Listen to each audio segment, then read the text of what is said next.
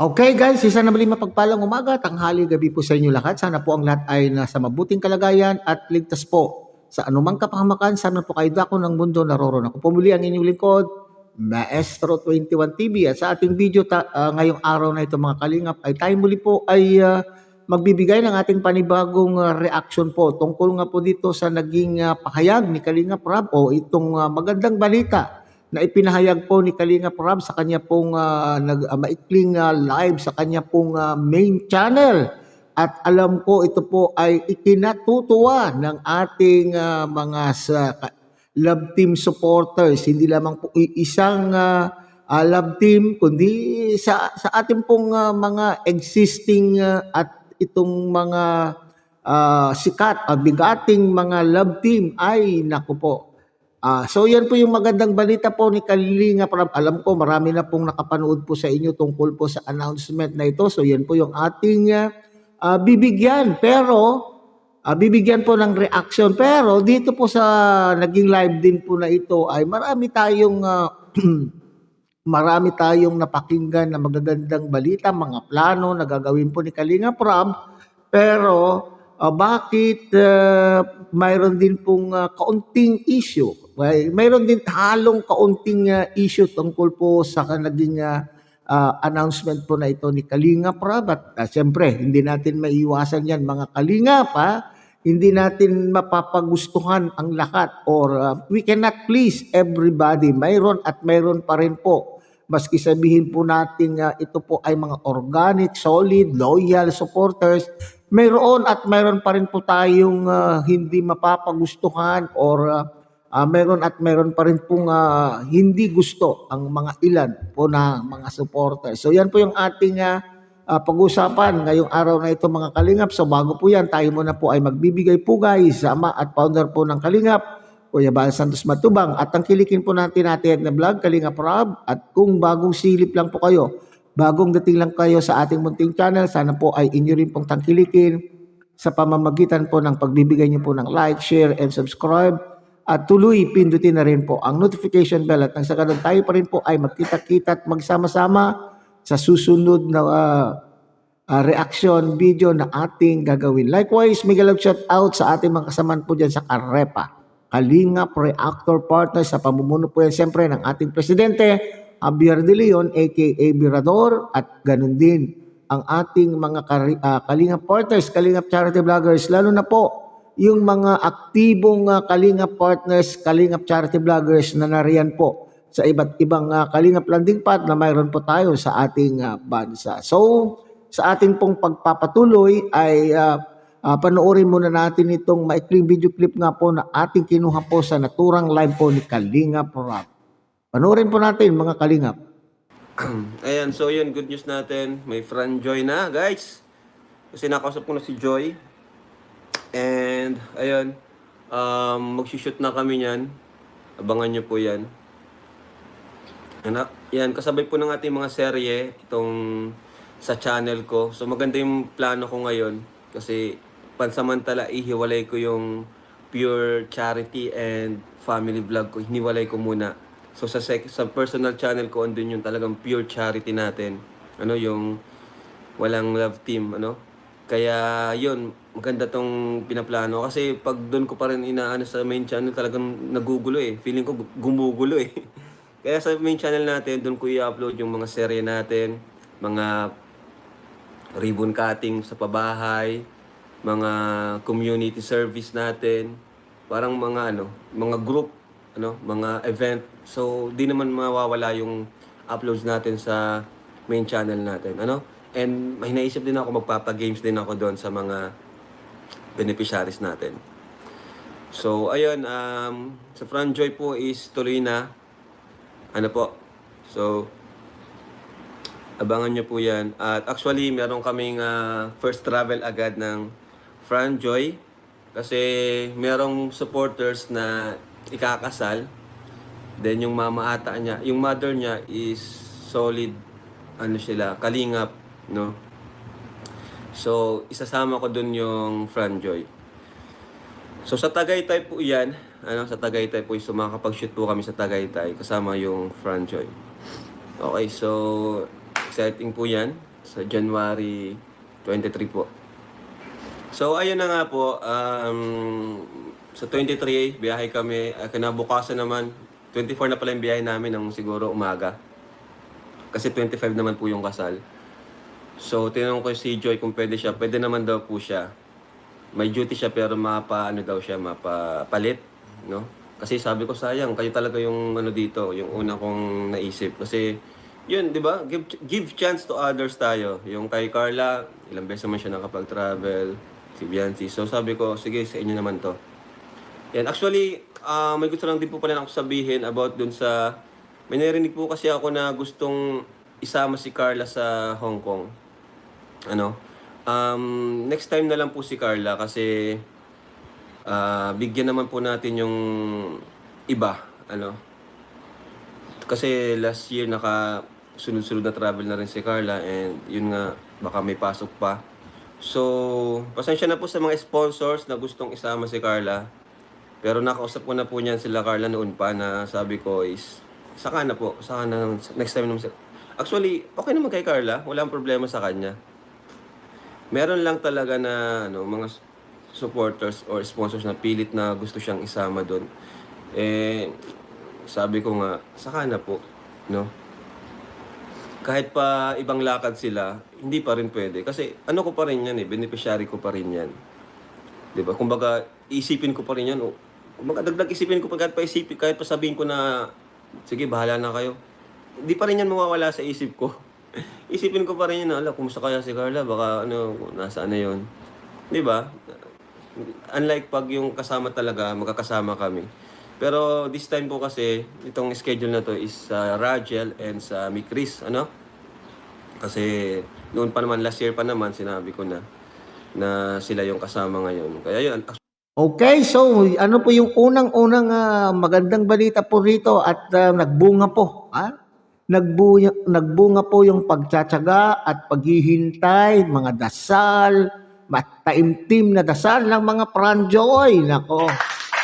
So tuloy na po ang Pranjoy. Bagamat nagsimula po ang Pranjoy sa ingay, nagkaroon ng hindi pagkakaunawaan, pero ngayon po, so nagbunga na po yung inyong dalangin, lalo na po itong mga grupo ng Joynatics na sila po yung nanguna sa pagpupus, pagpupus po na magkakaroon po ng Pranjoy. Alam na natin po yung kwento na yan. Pero wag na natin ungkatin yung mga issue po na yan. So sana itong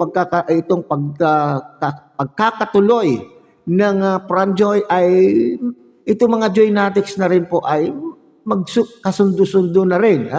Alang-alang po, sa iisa lang po naman, mga kalingap, ang inyo pong minamahal at iniidolo at gustong tulungan.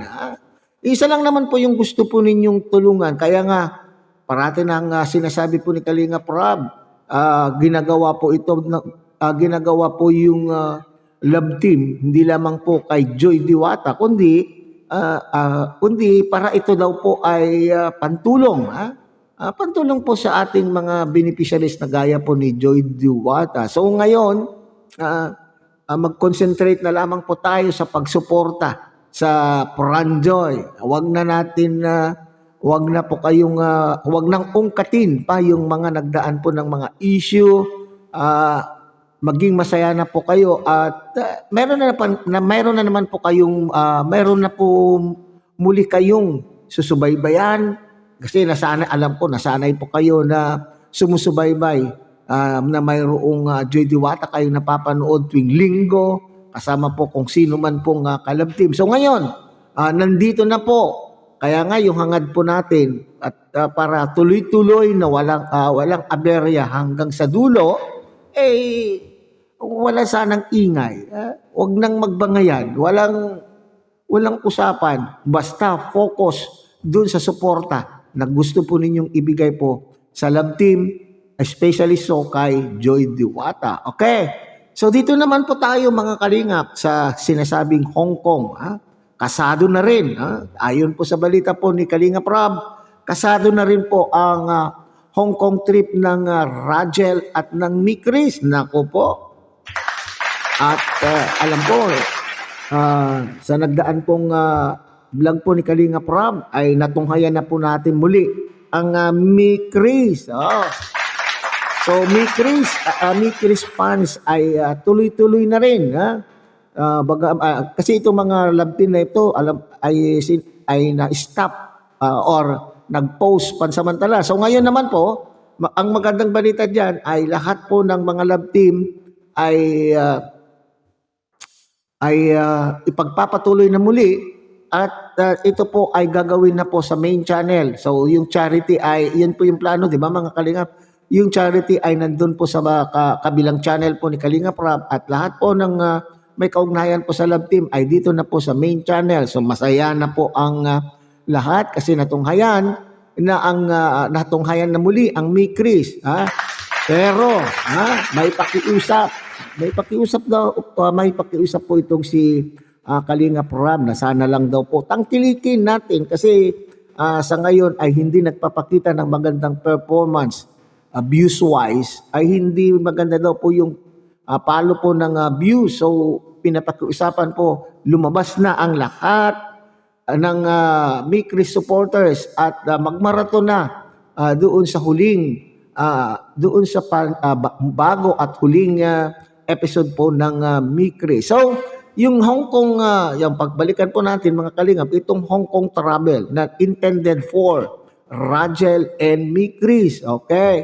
Na marami na naman daw pong mga supporters, maraming sponsors na talaga naman pong gusto na muling isali po dyan. Itong si Jom Carl, nako. Okay, so matagal na daw po itong naka-schedule na ito pong travel na ito ay para sa Rajel at Mi Chris.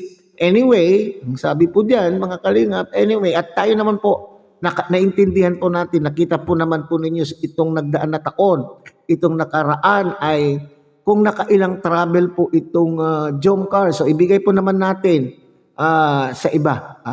Ibigay naman natin po, give the rest. Bigyan naman po natin sila yung ng ano tawag po diyan, pagkakataon na sila po naman ay makaranas.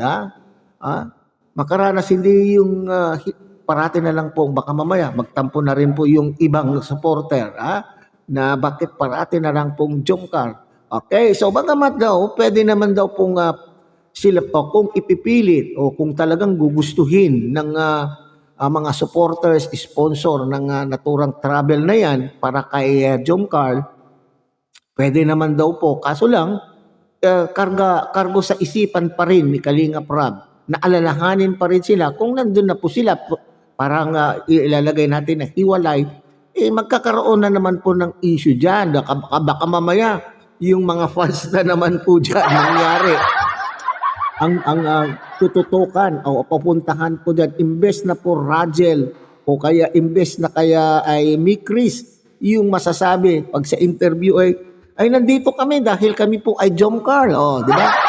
Nakakatuwa naman mga supporters. Para ibig sabihin po, yung supporters or mga fans ay nakapokus lamang po sa Rajel o kaya naman po ay sa Mi Chris. So ibigyan naman po natin sila ng honor. Bigyan po naman natin sila ng isang panahon na sila naman po yung mga ng mga bida.